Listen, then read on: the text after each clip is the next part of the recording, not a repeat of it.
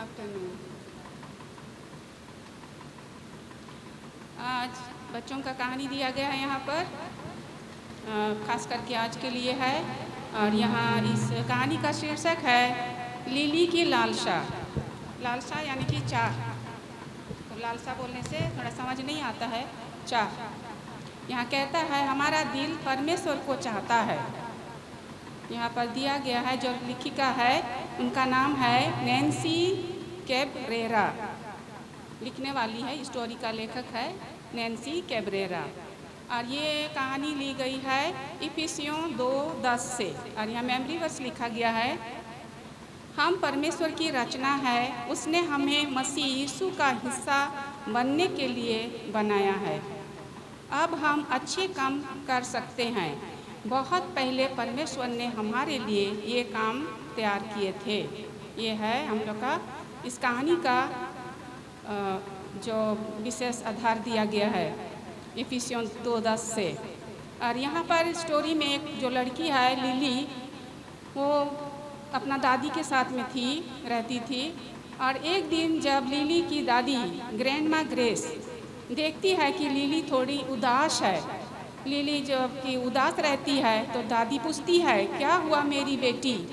तो ग्रैंड माँ बोलती है, उधर ग्रैंड माँ से पूछती है, तब लिली जवाब देती है कि मुझे नहीं पता। वो बोलती है मुझे नहीं पता, जवाब में कहती है। और लिली कह रही है कि मेरे पास सब कुछ है जो मेरे पास होना चाहिए। यहाँ लिखा हुआ है ऐसे ही, मेरे पास वह सब कुछ है जो मुझे चाहिए, लेकिन मेरा दिल खाली लगता है। फिर भी उसको खाली लगता है। ये केवल बच्चों के लिए नहीं है, ये बच्ची के लिए नहीं है, हम सबों के लिए भी है। हम लोग के पास सब कुछ रहते हुए भी हम लोग का क्या है, शरीर दिल में खालीपन रहता है। हम खाली महसूस करते हैं, अकेला महसूस करते हैं। यहाँ के तब उसका दादी कहती है, उसको मुस्कुराते हुए बोलती है कि मैं तुम्हें बाइबल से एक कहानी सुनाऊंगी, शायद तुम्हें समझने में मदद करेगी। ये कहानी बताने चाहती है और कहती है कि शायद ये कहानी तुमको मदद करेगी समझने में। ये बहुत समय पहले की बात है। पॉल नाम का एक व्यक्ति था। बाइबल में हमने पौलुस प्रेरित के बारे में सुने ही है, उनके बारे ही है। यहाँ पॉल नाम का एक व्यक्ति था जिसने इफिसियस के लोगों को एक पत्र लिखा था। अपने पत्र में उसने कहा हम परमेश्वर की रचना है। हम क्या हैं? परमेश्वर की रचना। उसने हमें मसीह यीशु का हिस्सा बनने के लिए बनाया है। हम लोग परमेश्वर की रचना है और उस यीशु मसीह का हिस्सा होने के लिए हम लोग को बनाया गया है। और अपने यहाँ कहती है, आगे कहते हैं हम अच्छे काम कर सकते हैं। बहुत पहले से परमेश्वर ने हमारे लिए काम तैयार किए हैं। यहाँ कहता है कि ये जो है पॉल कहते हैं कि हम लोग के लिए जो है काम है और हम सबके लिए पहले से ही तैयार किया गया है काम जो हमारे लिए रखा हुआ है। और यहाँ कहते हैं कि ये ग्रीक भाषा में है। उसने यह पत्र ग्रीक भाषा में लिखा था और इस भाषा में परमेश्वर की रचना, परमेश्वर की कृति कहता है। हम लोग परमेश्वर की क्या है? रचना है, कृति है। हम लोग को इस तरह से बनाया गया है। कहता है कि कला का एक सुंदर टुकड़ा है। हम लोग क्या है? कला का एक सुंदर टुकड़ा, एक अच्छी पेंटिंग या एक सुंदर डिज़ाइन वाली मूर्ति। परमेश्वर ने हम लोग को किस तरह बनाया है? इस तरह अद्भुत बनाए हैं कि हम लोग एक डिज़ाइन वाली मूर्ति की तरह है। हम लोग को अपने स्वरूप में बनाए हैं। हम लोग जैसा तैसा नहीं बनाए हैं। बोलते हैं यहाँ पर सुंदर डिज़ाइन वाली। इसका मतलब है कि हम में से प्रत्येक क्या है? खास है। हम लोग जितने भी इंसान हैं जो बनाए गए हैं, हम लोग क्या हैं?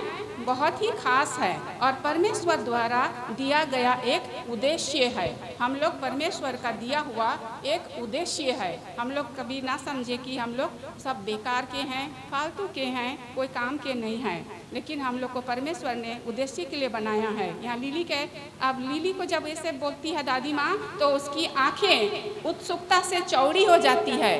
वो थोड़ा अपने आँखों को बड़ा करके देखने लगती है। क्या इसका मतलब यह कि मेरा भी कोई खास उद्देश्य है? दादी से पूछती है, क्या मेरा भी कोई खास उद्देश्य है? अब उसने पूछा अपने दादी से कि क्या मेरा खास उद्देश्य है, मैं भी क्या खास हूँ। तो बोलती है दादी, हाँ मेरी प्यारी बेटी। दादी ग्रेस जवाब देती है, परमेश्वर ने तुम्हें अनोखा बनाया है और तुम्हारे लिए अद्भुत योजनाएं बनाई है। परमेश्वर क्या बनाए हैं, उसको खास, और उसके लिए अद्भुत योजनाएं भी बनाए हैं। लेकिन उन योजनाओं को समझने के लिए तुम्हें उससे बेहतर तरीके से जानने की ज़रूरत है। हम लोग को परमेश्वर को बेहतर तरीके से जानने की ज़रूरत है। मैं ऐसा कैसे कर सकती हूँ, अब लिली पूछ रही है।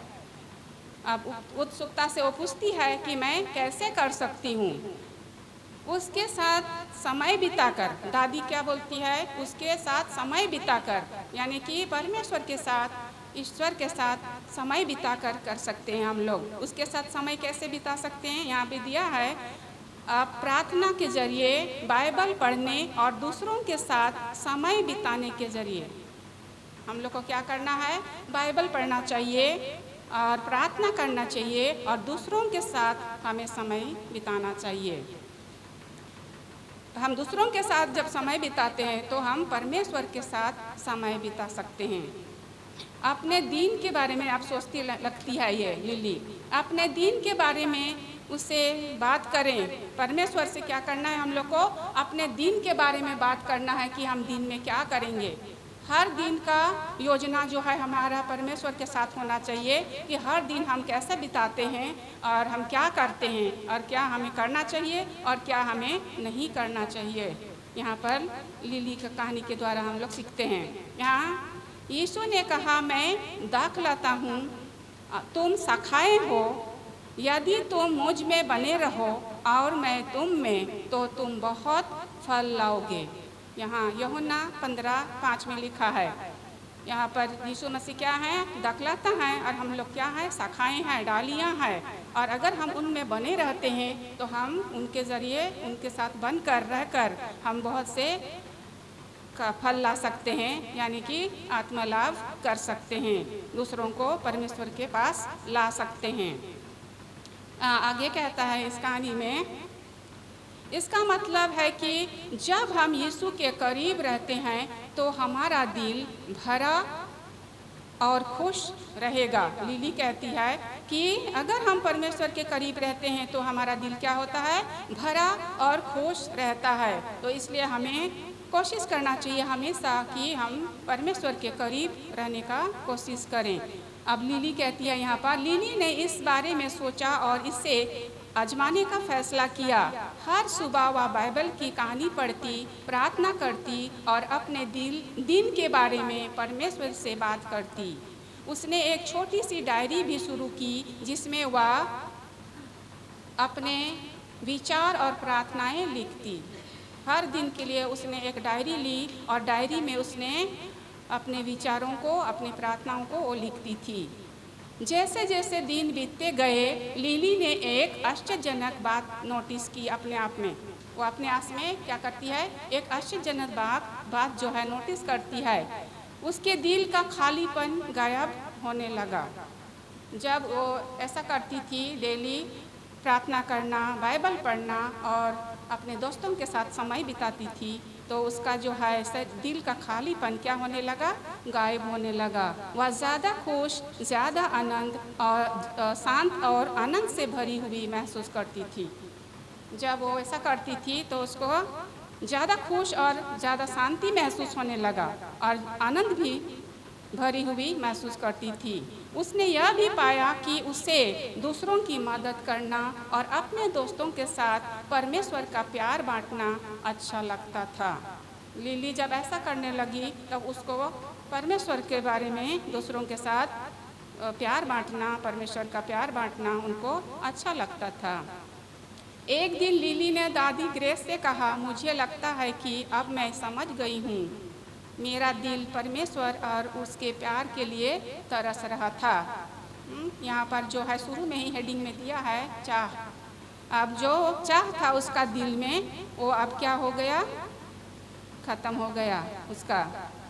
अब वो समझ गई है परमेश्वर के बारे में कि उसका वो कौन है।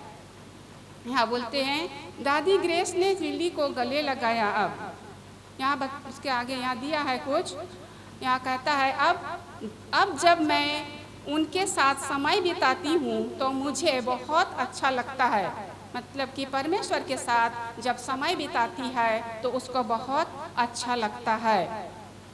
हम लोगों को भी समय बिताना चाहिए परमेश्वर के साथ। हमेशा हम लोग क्या करते हैं, जब सब कुछ संपन्न है हम लोग का जीवन में, तभी हम परमेश्वर को ज़्यादा याद करते हैं। और जब हमारे ज़िंदगी में दुख तकलीफ मुसीबत आता है तब हम क्या करते हैं, परमेश्वर को सोचते हैं कि परमेश्वर हमें देख नहीं रहे हैं, हमारा ध्यान नहीं रख रहे हैं। लेकिन परमेश्वर ने वादा किया है कि हर परिस्थिति में, हर हाल में वो हमारी क्या करते हैं, देखभाल करते हैं, हमारी मदद करते हैं, अगर हम उनके ऊपर भरोसा और विश्वास बनाए रखते हैं।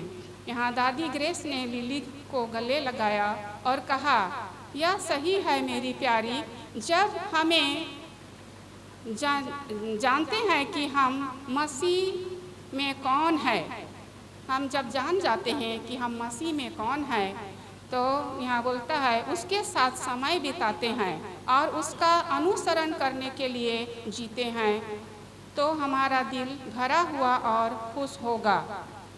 अगर हमको मालूम हो जाता है कि हम क्या कौन है और उसके साथ समय बिताते हैं, तो हमारा जो है ज़िंदगी क्या हो जाता है, खुशमय हो जाता है। याद रखें आप परमेश्वर की रचना है। यहाँ फिर से हम लोगों को कह रहा है, याद दिला रहा है कि याद रखें आप परमेश्वर की रचना है और वह आपसे बहुत प्यार करता है। परमेश्वर ने हम लोग को अपने स्वरूप में बनाए हैं, इसलिए परमेश्वर हम सबको बहुत प्यार करते हैं और हमें हम सबको धन्यवादी होना चाहिए हमेशा। इसलिए यहाँ बोलता है, और उस दिन से लिली का परमेश्वर के साथ रिश्ता लगातार बढ़ता गया। उससे हमेशा याद रहा कि वह एक अद्भुत उद्देश्य के साथ परमेश्वर की विशेष रचना थी। हम लोग भी अभी वर्तमान विशेष रचना है परमेश्वर की, हम लोग सृष्टि है, हम लोग को भी याद रखना चाहिए कि हम लोग कौन है। हम लोग का भी उद्देश्य है कि हम लोग भी परमेश्वर के लिए काम करें, उसके लिए लोगों को उसका प्यार बांटें, ताकि हम लोग को ईश्वर आशीष दे। इस कहानी के जरिए से इस कहानी की ही अंत होता है। धन्यवाद।